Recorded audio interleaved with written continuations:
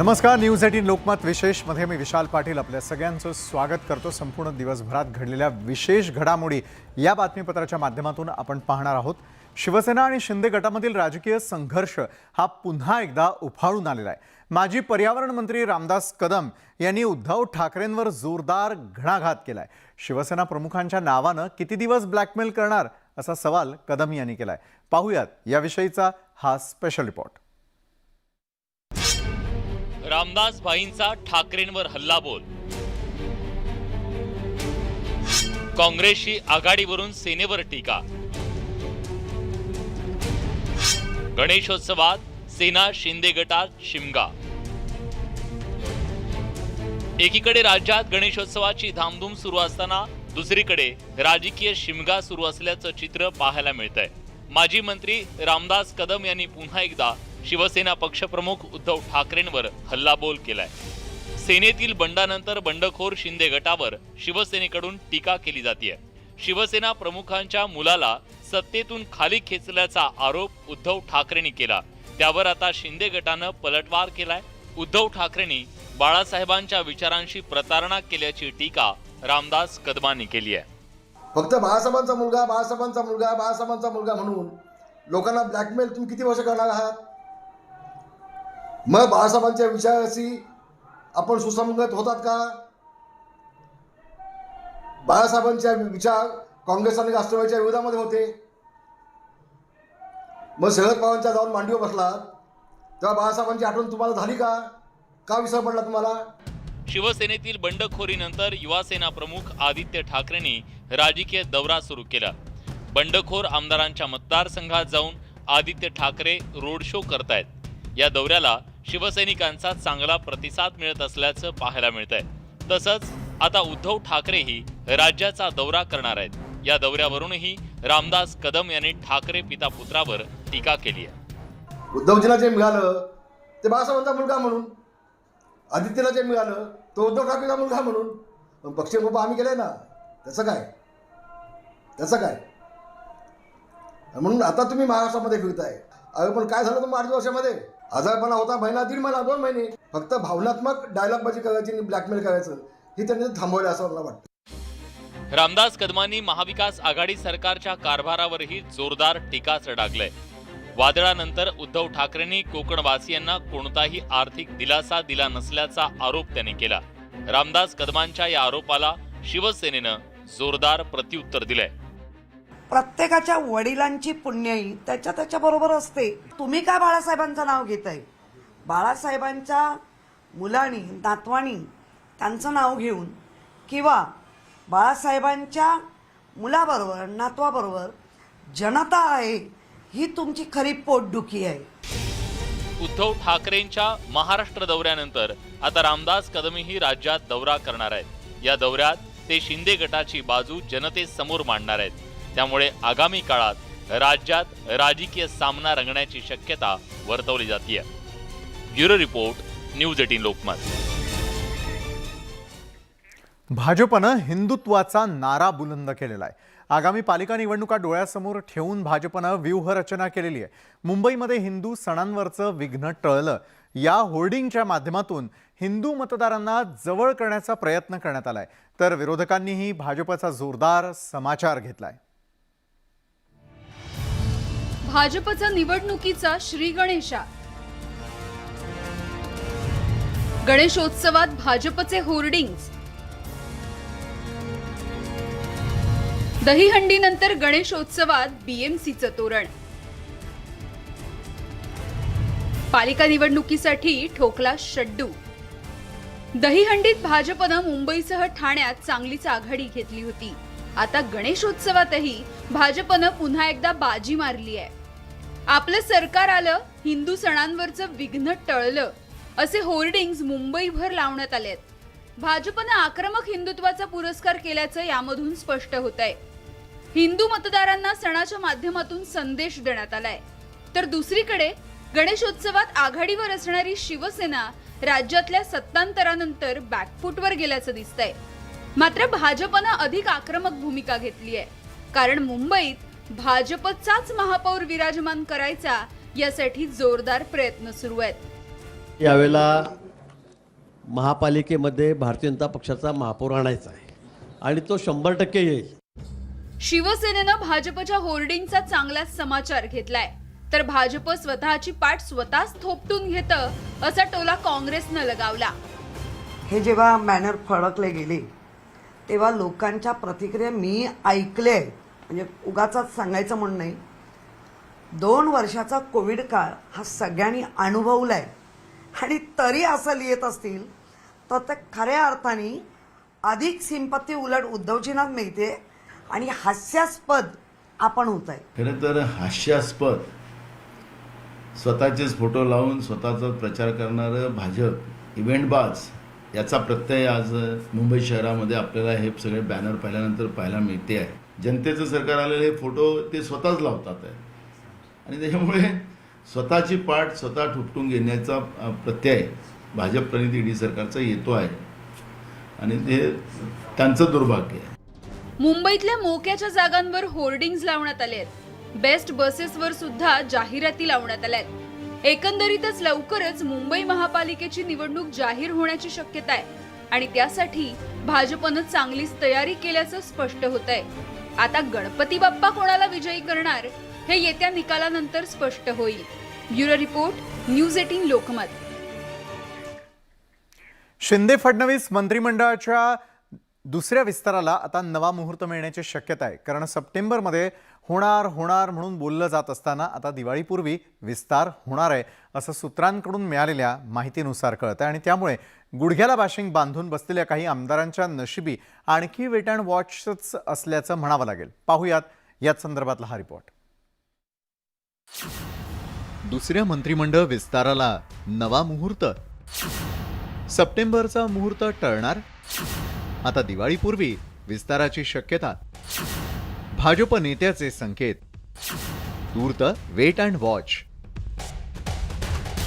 शिंदे फडणवीस सरकारचा पुढचा मंत्रिमंडळ विस्तार ऑक्टोबरमध्ये होण्याची शक्यता असून त्या विस्तारात भाजप आणि शिंदे गटातील किमान 22 ते 24 जणांना मंत्रिपदाची लॉटरी लागण्याची शक्यता वर्तवण्यात येते. यामध्ये नशीबवान आमदार कोण ठरणार याकडे तमाम राज्यासह इच्छुक आमदारांचेही डोळे लागलेत.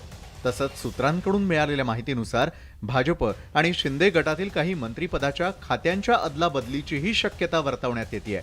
काही दिवसांपूर्वीच मुख्यमंत्री एकनाथ शिंदेंनी सप्टेंबरचा मुहूर्त घोषित केला होता. आता मंत्रिमंडळ विस्तार होईल. किती दिवस झाले अजित पवार म्हणतात दोघंच सरकार चालवत आहे. अरे पण सरकार चांगलं चाललंय की नाही? शेतकऱ्यांच्या आम्ही शेतकऱ्यांना फोकस केलंय.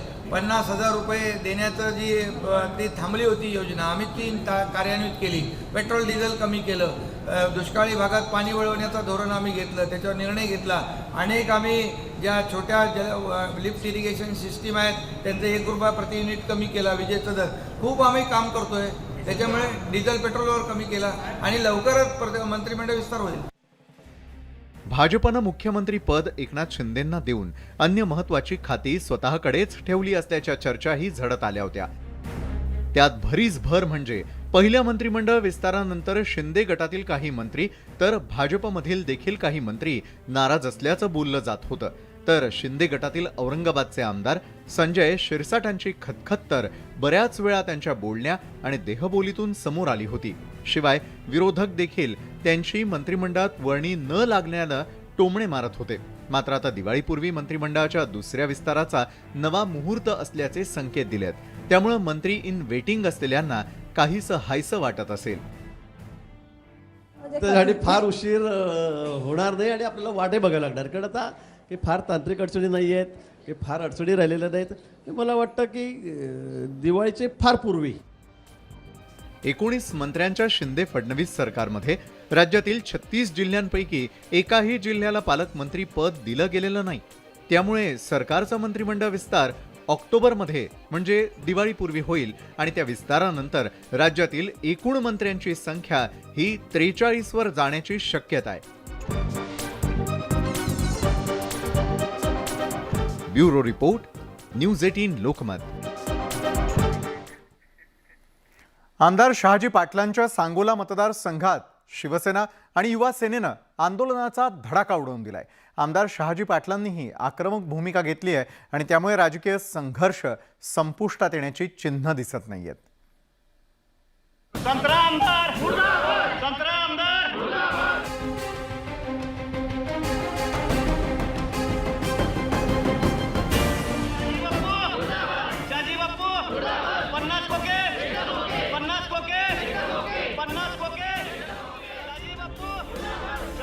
शिवसेना आणि युवा सेनेच्या कार्यकर्त्यांनी आमदार शहाजी पाटलांच्या विरोधात आक्रमक भूमिका घेतली आहे. रस्त्यावर उतरून बॅनरच्या माध्यमातून शहाजी पाटलांवर निशाणा साधण्यात आलाय.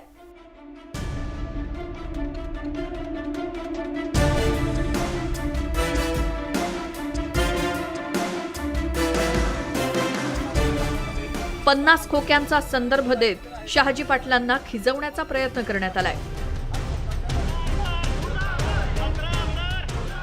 संत्रा आमदार आणि जॉनी लिव्हर असं शहाजी पाटलांना संबोधण्यात आलंय. शहाजी पाटलांच्या दौऱ्याची करमणूक दौरा अशी देखील खिल्ली उडवण्यात आली आहे. तुमच्या सांगोल्यामध्ये रस्त्याची परिस्थिती काय आहे, मतदारसंघातली काय परिस्थिती आहे हे थोडं बघा. आणि तुमच्यासारख्या अशा लोकांना जर मंत्रिपद दिलं तर हे महाराष्ट्राची काय परिस्थिती होईल. महाराष्ट्र हा देश धडेल लागेल. एक मी युवा सेनेच्या वतीनं एक शिंदे सरकारला एक विनंती करतो की तुम्ही मंत्रिपद देताना एक व्यवस्थित आमदारांना मंत्रिपद द्या आणि तुमच्या एक आमदारांना शहाजीबापू असतील, ह्या शहाजीबापूला थोडं एक समज द्या की थोडं बोलताना थोडं तुम्ही व्यवस्थित बोला. शिवसेना आणि युवा सेनेच्या आंदोलनावर आमदार शहाजी पाटील यांनी तिखट प्रतिक्रिया दिली. मला बांधकाम करण्याचा प्रयत्न चालू आहे आणि याचं सूत्र सगळी मुंबईतून हालत आहेत याची मला जाणीव आहे. परंतु अशा या गोष्टीकडे मी लक्ष देणार नाही. माझ्याविषयी नाहक अशी आणि बदनामी करू नये. अशा बदनामीमुळं माझ्या राजकारणावर कुठलाही परिणाम होणार नाही. आमदार शहाजी पाटील यांनी शिंदे गटात जाण्याची भूमिका घेतल्यानंतर सोलापूर जिल्ह्यातील राजकीय वातावरण तापायला लागलंय.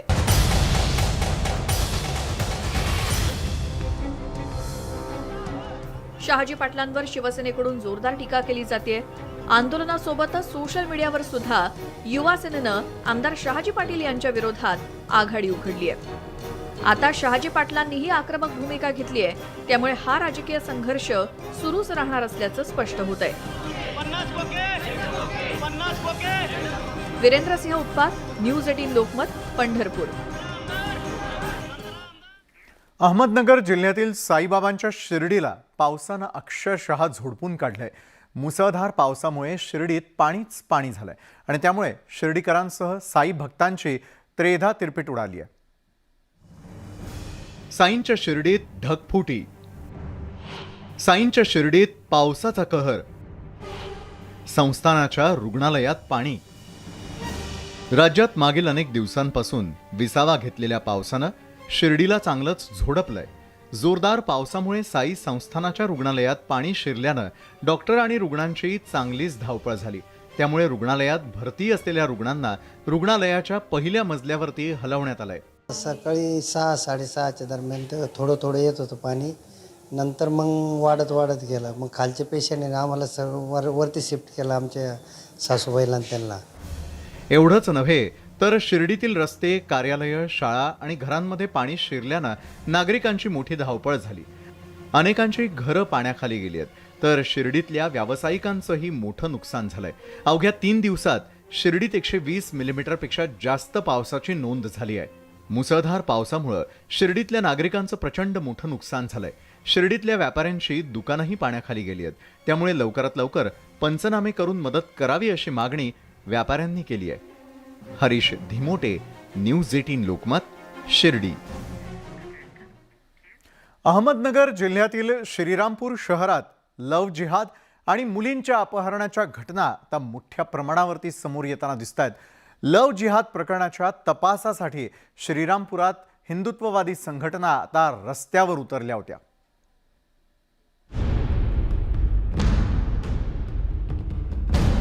श्रीरामपुरात 5 तरुणी लव जिहादच्या बळी. हिंदू तरुणींचं धर्मांतर करून वेश्या व्यवसायात ढकललं.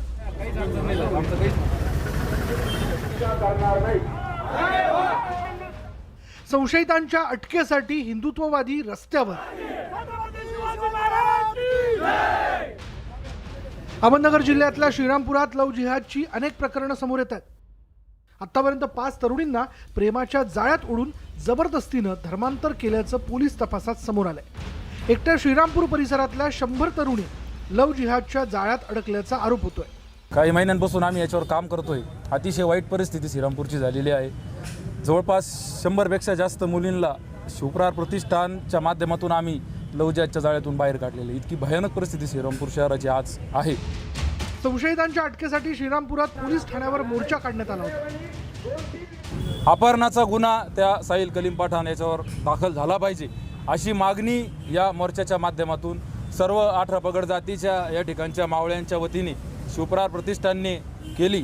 जर या प्रकरणामध्ये अपहरणाचा गुन्हा दाखल झाला नाही तर 3 ते 4 दिवसामध्ये संपूर्ण श्रीरामपूर शहर व परिसर आम्ही त्या ठिकाणी लोकशाही पद्धतीने व्यापाऱ्यांच्या सहकार्याने बंद ठेवणार आहोत.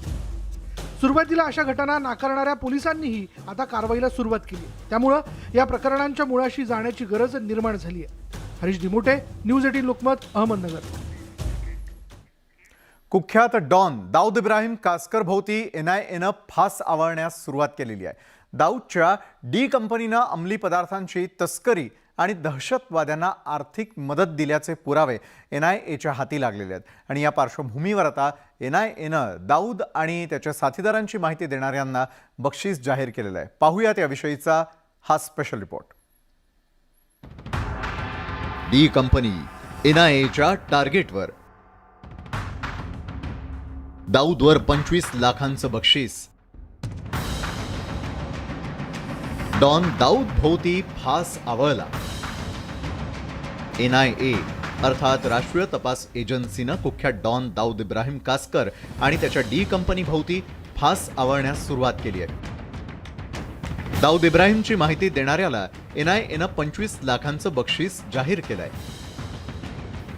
गुरुवारी NIAनं डी कंपनीतील गुन्हेगारांच्या नावांची यादी जाहीर केली. त्यामध्ये दाऊदसह डी कंपनीतील कुख्यात गुन्हेगारांवर NIAनं इनाम जाहीर केलेला आहे. गँगस्टर छोटा शकील हा दाऊदचा उजवा हात मानला जातो. मुंबईतील डी कंपनीच्या सगळ्या कारवाया छोटा शकील पाहतो. त्यामुळे छोटा शकीलही NIAच्या टार्गेटवर आहे. NIAनं छोटा शकीलवर बक्षीस जाहीर केलाय. NIAच्या यादीमध्ये दाऊद इब्राहिमचा भाऊ अनीस इब्राहिम, जावेद चिकना आणि टायगर मेमनच्या नावांचा समावेश आहे.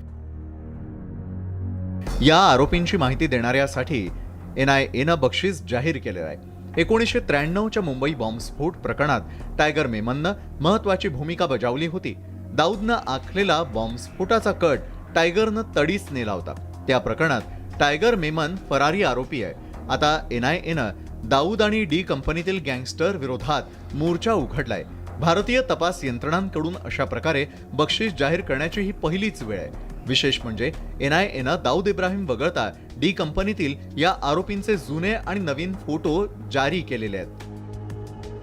1993 मुंबई बॉम्बस्फोटापासून भारतीय तपास यंत्रणा डॉन दाऊद इब्राहिमच्या मागावरती आहेत. मात्र गेल्या 3 दशकात त्याला जेरबंद करण्यात भारतीय तपास यंत्रणांना यश आलं नाही. खरं तर दाऊद इब्राहिम पाकिस्तानात दडून बसला असून पाकिस्तानची गुप्तचर यंत्रणा ISIचं त्याला सुरक्षा कवच आहे. त्यामुळे त्याची माहिती मिळवण्यामध्ये तपास यंत्रणांना अडचणींचा सामना करावा लागतोय. पण आता NIAनं डी कंपनीची पाळंमुळं खणून काढण्यासाठी प्रयत्न सुरू केलेत. ड्रग्ज आणि दहशतवाद्यांना आर्थिक मदत प्रकरणी डी कंपनीचा सहभाग असल्याचे पुरावे NIAच्या हाती लागलेत. ISIच्या मदतीनं दाऊदनं दहशतवादाचं एक मॉड्यूल तयार केल्याचा NIAला संशय आहे. तसंच त्यानं पाकिस्तानातील काही दहशतवादी संघटनांना आर्थिक रसद पुरवल्याची माहिती तपास यंत्रणांच्या हाती लागली आहे. त्यामुळेच दाऊद आणि डी कंपनी NIAच्या टार्गेटवरती आलेली आहे. आता NIAनं दाऊद विरोधात मोर्चा उघडल्यामुळे डी कंपनीचे धाबे दणाणले आहेत. Bureau report, news 18 Lokmat. Break नंतर न्यूज 18 लोकमत विशेष मध्ये आपल्या सगळ्यांचं पुन्हा एकदा स्वागत. सेंट्रल लोकलवरील वाढीव AC लोकलला प्रवाशांच्या वाढत्या विरोधानंतर रेल्वे प्रशासनाकडून ब्रेक लावण्यात आला आणि निर्णयाचा फेरविचार करत त्या लोकल रद्द करण्यात आल्या. तरी ACला प्रवाशांचा विरोध कायमच आहे आणि प्रवाशांच्या या आंदोलनाला जितेंद्र आव्हाडांनीही पाठिंबा दर्शवलाय. पाहूयात नेमकं काय प्रकरण आहे ते या रिपोर्टच्या माध्यमातून. मध्य रेल्वेवर एसी लोकलला प्रवाशांचा विरोध कायम.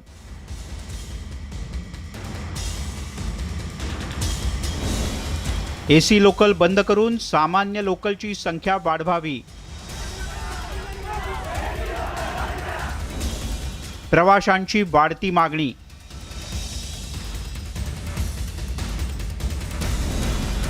आंदोलनाला जितेंद्र आव्हाडांचाही पाठिंबा.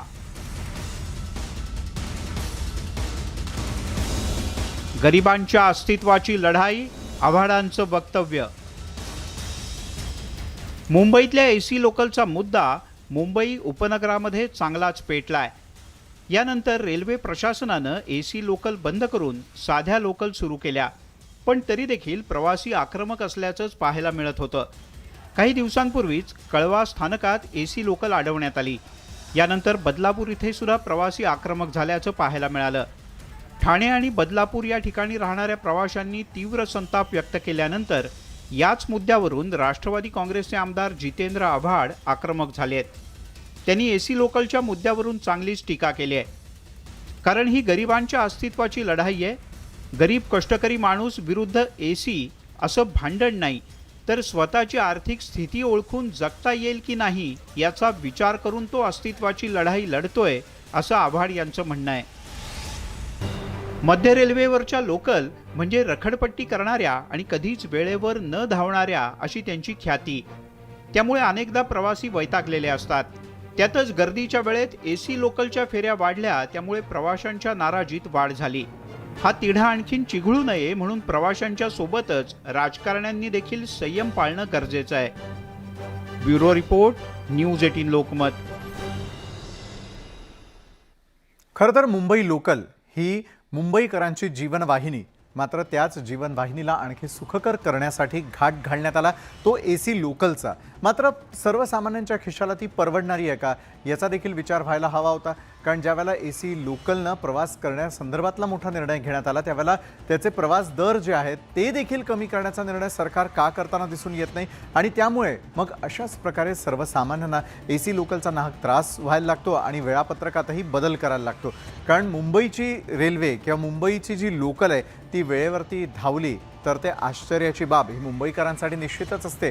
कारण प्रत्येक वेळेला त्या ठिकाणी होणाऱ्या अनाऊन्समेंट आणि त्या अनुषंगानं होणारा लेटमार्क याची आता मुंबईकरांना देखील सवय झाली. मात्र तीच होऊ नये यासाठीच आता मुंबईकरांनी ही कंबर कसल्याचं पाहायला मिळत आहे. तर आजच्या न्यूज 18 लोकमत विशेषमध्ये वेळ झालेली इथंच थांबण्याची. ताज्या बातम्यांसाठी पाहायला विसरू नका न्यूज 18 लोकमत.